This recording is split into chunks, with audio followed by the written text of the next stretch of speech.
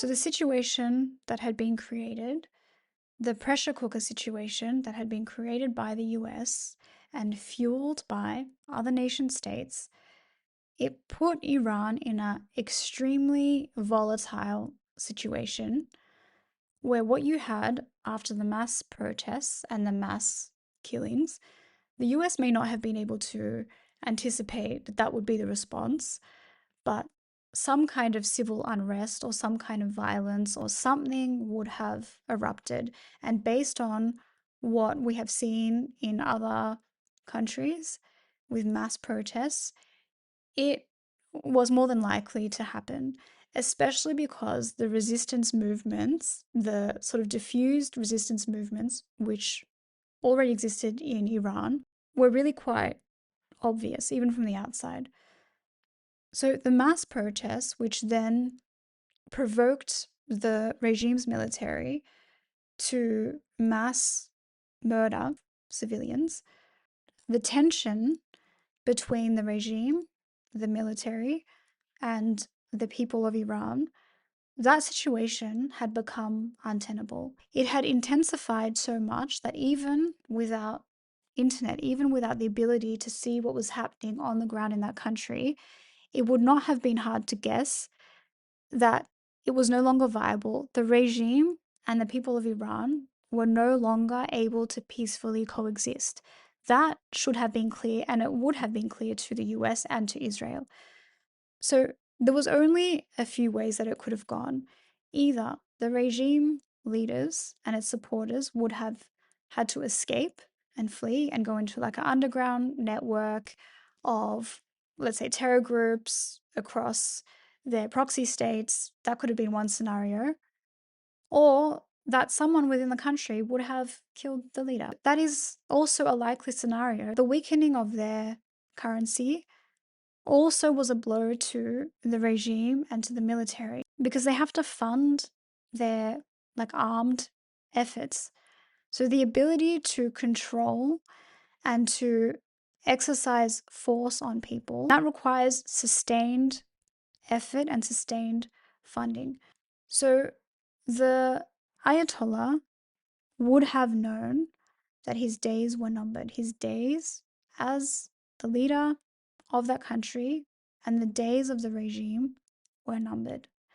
And this is a leader who would, extremely unlikely that he would concede. He would not have struck a deal with Trump behind closed doors. He would not have very peacefully escaped.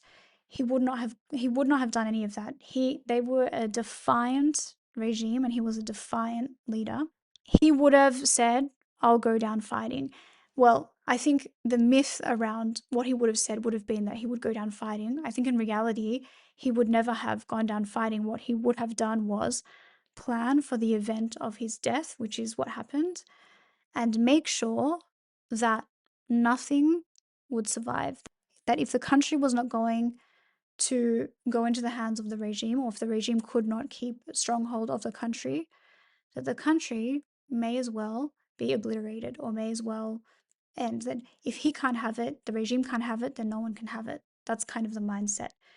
And for those who were ideologically quite convinced of whatever version of Islam that was sustaining the political system in that country, I mean, really is like a barely religion at this stage.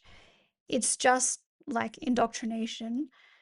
And for the people who were loyal to this system, to upholding it, those people, which were mostly military units or people who were part of the armed forces, they were given standing orders by the Ayatollah that in the event of his death, they become free agents. They go rogue. They are allowed to then fire missiles, they're allowed to do whatever they want.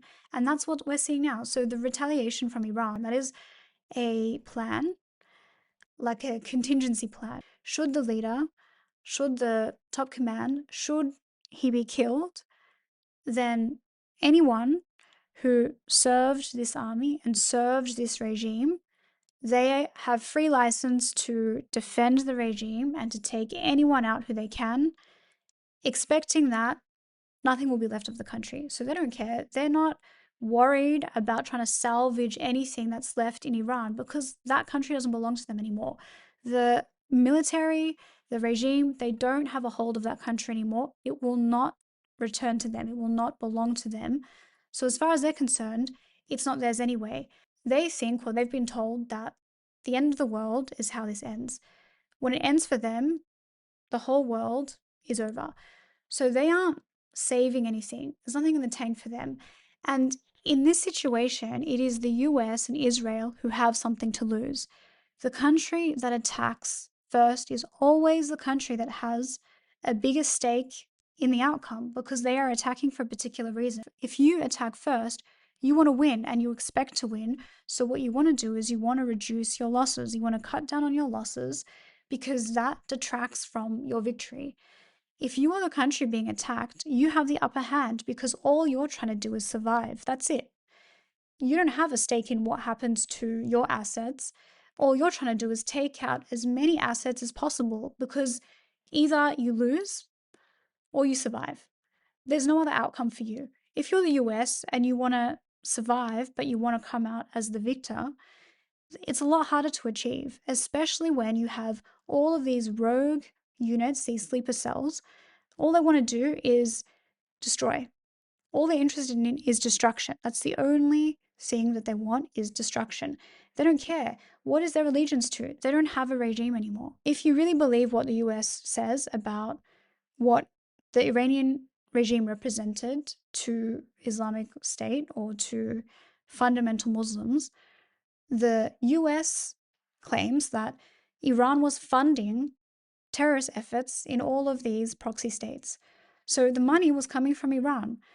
So when Iran goes down, that military, they don't care what happens to their proxy states because the proxy states can't then fund them. The proxy states are proxy states. They can't return the favor.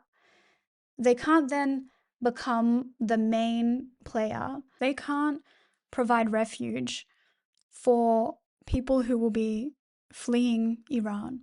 And that's the other thing. For the US and for Israel, the reason why no president would have risked this war or starting a war or launching an attack on Iran is because obviously war creates refugees, it creates asylum seekers, and it creates outward bound people. In other words, immigrants. It creates waves of immigration, and usually that spills out onto the neighbouring states. So, asylum seekers, which we have also known in Australia, which is what is so ridiculous, absolutely hypocritical and ridiculous, the opposition to the ISIS brides. It's ridiculous that we would create a hostile situation where people who belong to a different faction, a different religion, a different country, different allegiance, that they would be forced to leave the country. And after we destroy their country or their government, that they then become displaced people. So if they are displaced, they need to go somewhere. And where they usually go is the place where they started. So they would return here. And what we've done instead is say, you can't return here, you have to go somewhere else.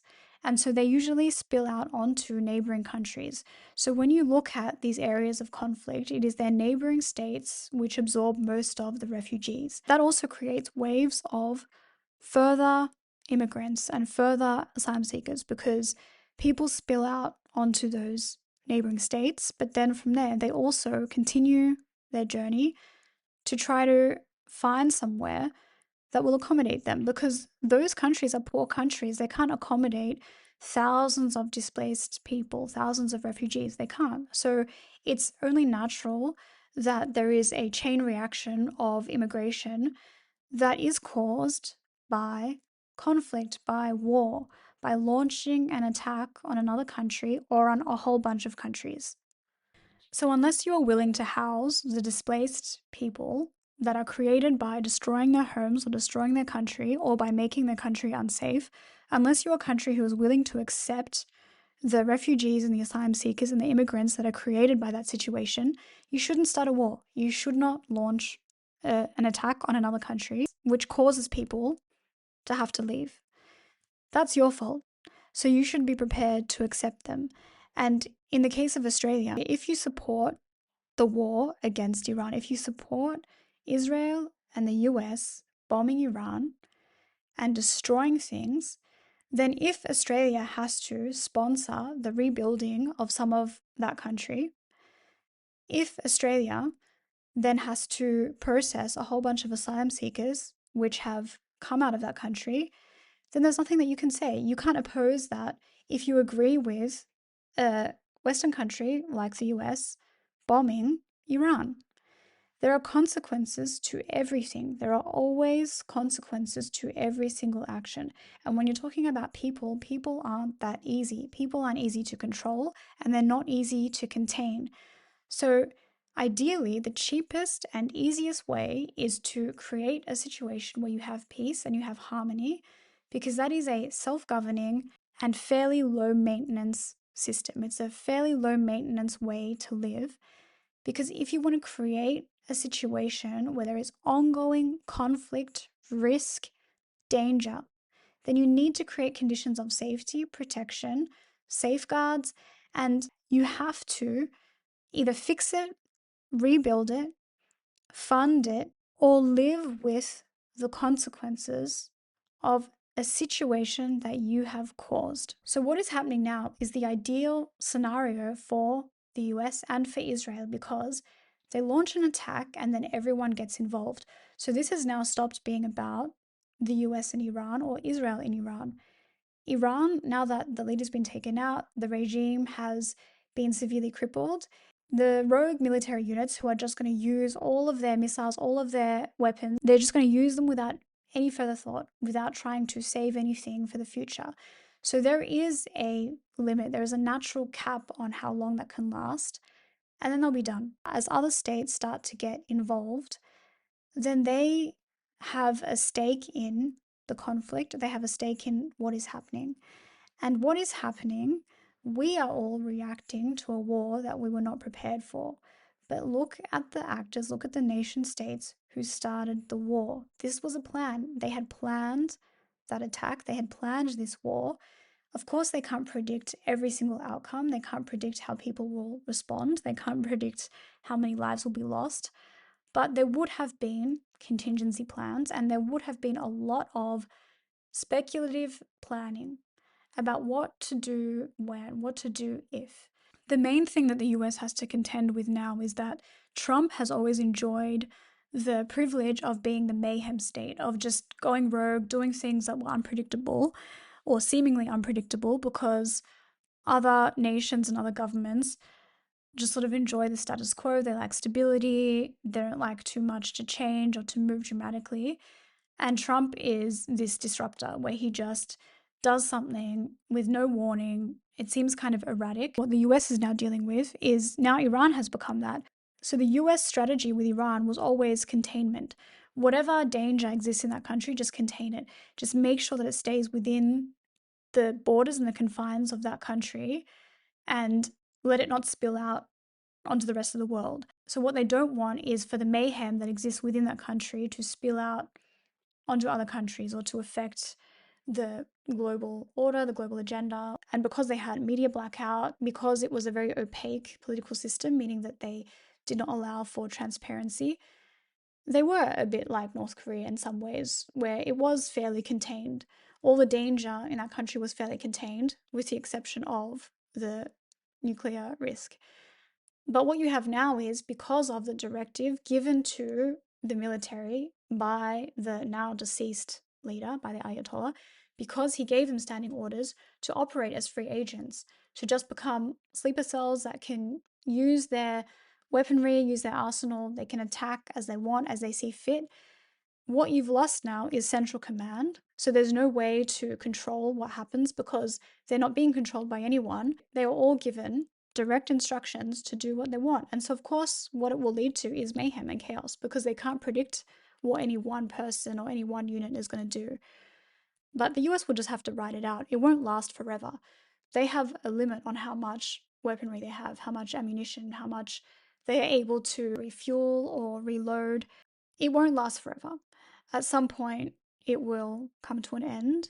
And then the question is, what happens after that?